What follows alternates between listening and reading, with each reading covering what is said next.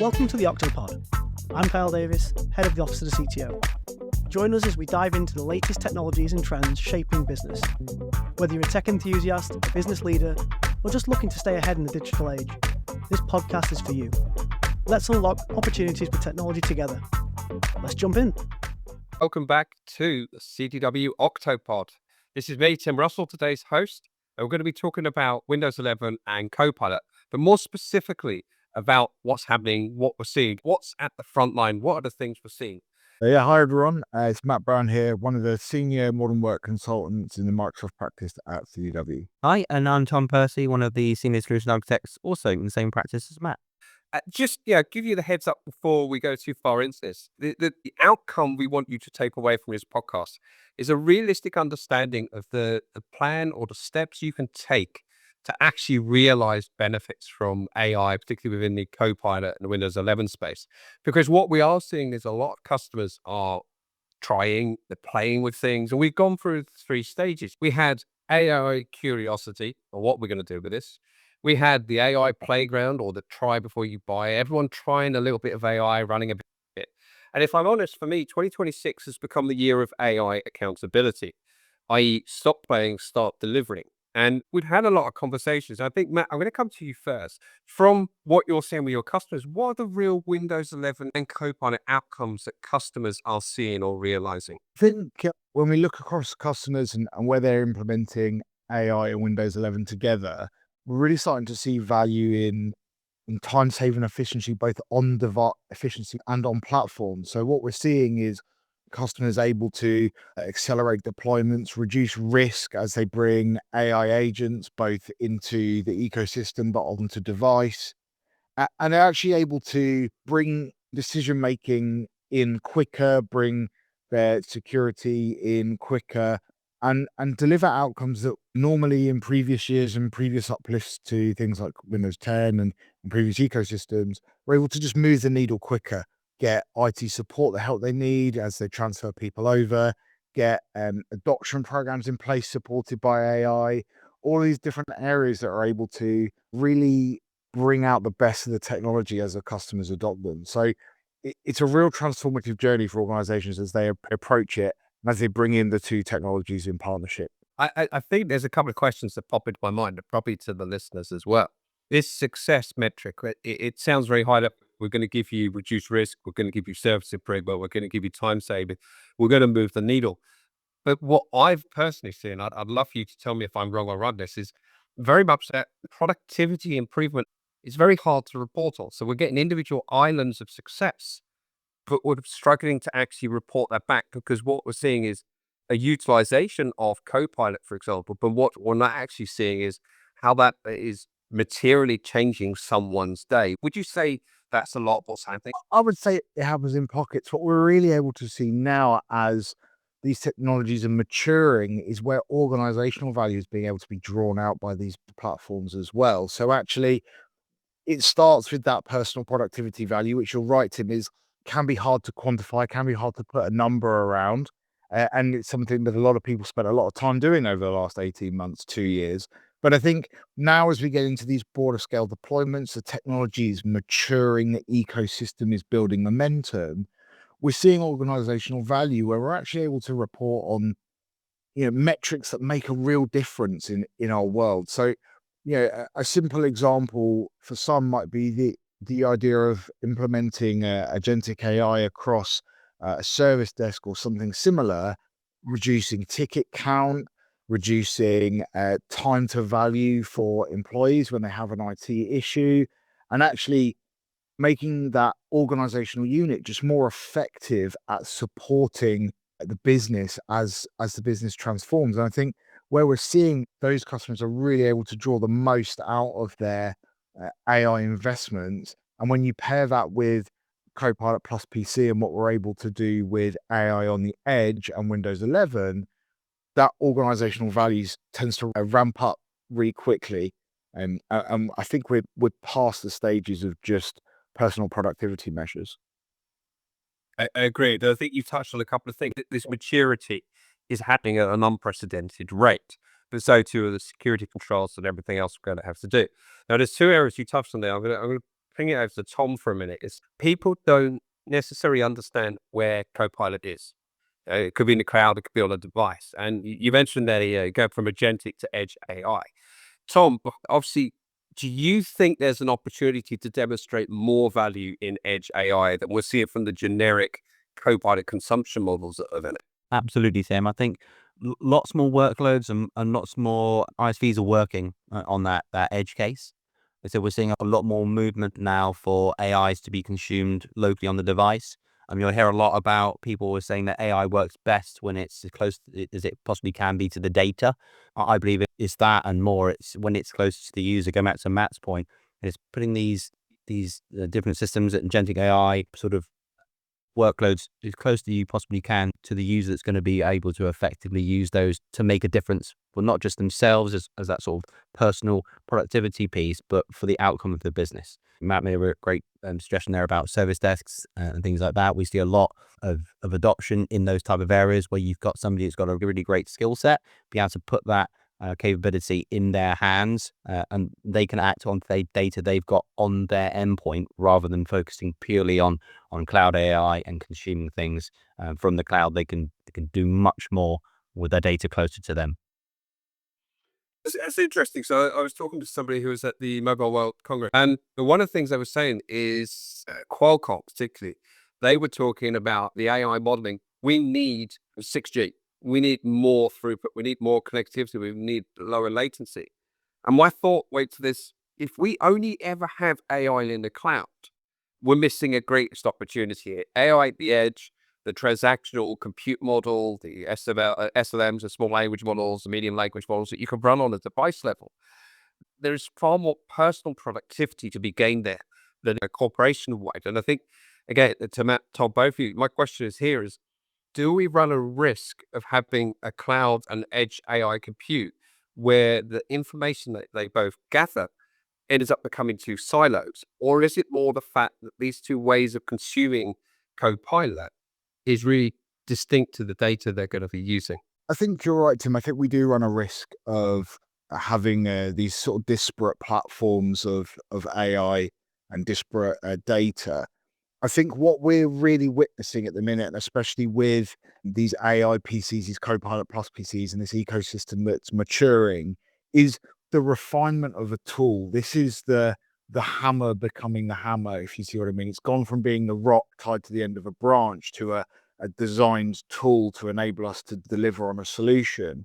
And I think where this real successful implementations are, and where I'm sure Tom is seeing success as much as I am, is where organizations are creating a modern work ecosystem that supports data across device and cloud to really drive that ability to combine the two different platforms for AI and even have them talking to one another, so that I at the edge can deliver an immediate outcome if I'm remote in the middle of nowhere looking at imagery, but as soon as I'm back and connected again, that knowledge is shared with the broader, the larger ecosystem that is in the cloud, that drives that ability to take the findings, take them forward, take them into research to other platforms. So, and I'm sure Tom has an answer to this as well, but I see it as there is a risk, but when we show the value of combining the two and the refinement that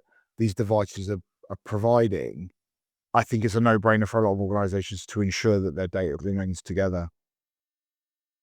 And I think that for Tom answers that, it's also an opportunity to use this data to provide the improved service to end users. Yeah, I think 2026 is also the year where we're going to see experience matters. And that's something historically we've looked at server uptime. You can have a server up, but productivity down. There's an opportunity to utilize AI compute at the edge to start focusing on such terms as zero ticket architecture. How can we help the user without them having to raise a ticket? How can we help them help themselves? How can we use the contextual information available on an edge device to supply a user help at the edge reactively before they have to do anything? And so when we look at the AI compute move into the edge, we look at things like zero ticket architecture. We look at helping a user at the edge with their device, with their context and knowledge of who they are. Now, prior to AI being on the edge device, we couldn't really achieve this level of support capability. So when we start building on top of all the stuff we're learning on the edge, how's AI impacting the way digital experience is changing for the end user? It's making a massive impact. I think there's never been more movement in the DEX market from a capability perspective than it has been over the last 2 years. So what what generative AI has given to DEX is finally a way to action upon the mountains of insights and observability that it can capture. It's always been one of the Achilles heels of DEX sort of 5 to 10 years ago. You had a lot of data, but you didn't really have a way of actioning it. So what this does is, say, we talk about the user example to start with, and I'll talk about how it helps technicians as well. But what AI has done with sort of the leading DEX vendors that we work with is provided a capability for a user to interface with DEX directly, rather than just being an IT consumable, which is often how it has been seen in the past. Like you said, we've had server uptime and server monitoring in great detail for many, many years. Giving this to desktops and laptops is fantastic. But actually, with AI, we can provide an agent, a virtual agent that sits in a device for a user that they can talk to in natural language without having any technical experience of what sort of problems or issues they may be coming through, across during their working day, and actually get and perform an outcome that resolves that issue without even having to log a ticket, without even having to speak to an IT person, and without actually having any connectivity. Some capabilities in the DEX market don't even need that sort of whole sort of AI local piece as well. Being able to talk to an AI DEX agent locally in natural language and say, I'm having a problem with this, can you help me? And it will do automatic remediation and detection on your device for you, resolve that issue, and then when you have connectivity, log a ticket back to IT so they can see this for trend analysis, etc. is really, really powerful. And that's what really leverages sort of DEX to move out of a reactionary state to something that's positively proactive, fully autonomous, and can really bring us closer to that zero ticket architecture you spoke about. But it's not just that, it's technicians as well. So technicians then have ability to leverage AI to find trends much quicker than they could have done before. So that brings them a lot closer and a lot quicker to be able to resolve masses of issues that they're seeing across their estate, again, without having to do lots of that legwork. And that, again, resolves tickets before users even come across them, which is exactly what we want.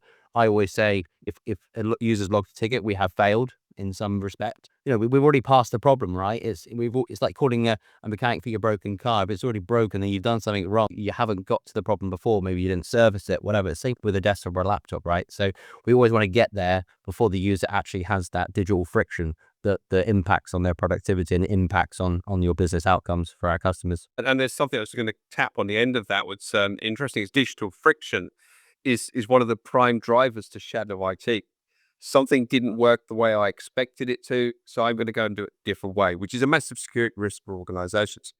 But there's also another term that I came across at ISE earlier this year, and that's ambient AI. What we've noticed is AI is almost taking a back role. We're not focusing on AI as a product. What we're realizing is these platforms, these capabilities, Windows, Copilot, all that, is happening in the background. And you're not going out there, and maybe this comes back to the earlier conversation, you're not going out there to buy AI. What you're going out there to buy is a device and a capability that helps me be me plus. To a degree, I've also seen it is I can tell Copilot, for example, my targets for the year, and it becomes a digital twin in the way that it supports me. It's aware of what I'm measured on. But being able to take that down to a local edge device, to use my personal diary, for example, to look at my emails, to align all of those things to what I am, without realizing it, we're creating the ability for people to place a digital twin on their end device that helps them be them, but then twice over. And I think that's one of the biggest changes now. Obviously, we deal with a lot of OEMs, HP, Lenovo, Dell, etc. We deal with all of those. And there's a lot of choices in chipsets, Intel, AMD, Qualcomm. There's a lot of choice in OEMs. If I was a CIO or a procurement officer out there trying to decide which hardware I should go with, or which vendor, or which processor, and without choosing one and say one's better than the other, how do I make that decision going forward? How do we advise our customers to best make the most informed decision around hardware and compute capability? That's a great question, Tim, and I think it's a common problem we see across lots of our customers.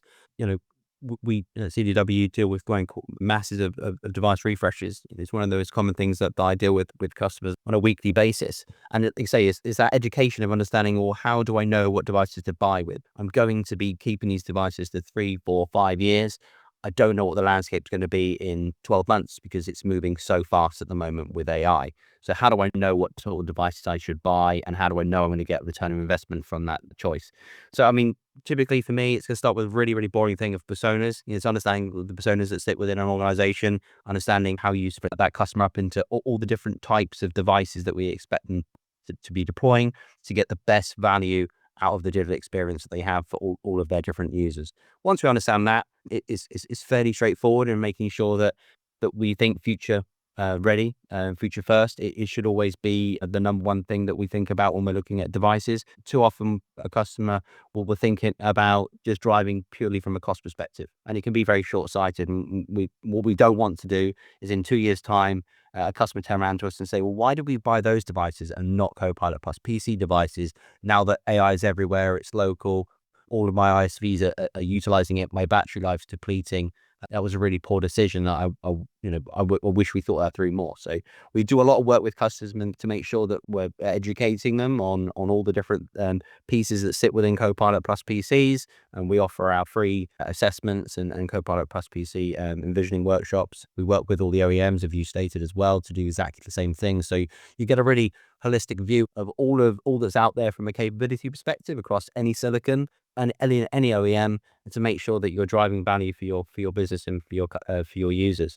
But absolutely, what we're seeing from a trend perspective is a lot more uptake in Copilot Plus PCs than we have sort of over the last sort of 12 months. I think what you said at the start of the podcast was around lots of customers dipping their toes with AI, generally speaking, a little bit of a test use case here, test use case there. And that was very similar for Copilot Plus PC. Just buy a few test units, give them to people in IT or execs or C-suite or whoever we feel like is going to be able to tangibly get a benefit from them, and they're not really moving much further forward than that. What we're seeing now is actually whole organizations making the step change of saying, no, we're going Copilot Plus PC first across our entire organization. We're seeing this in central gov. We're seeing this actually across some NHS trusts.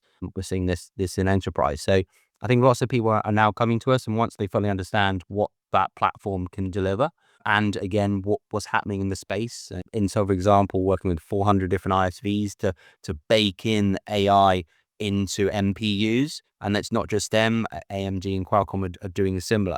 So we're going to find over the next sort of 12 to 18 months, a lot more of the sort of ISV landscape is going to be NPU first. That's where they're going to be moving all of their development to.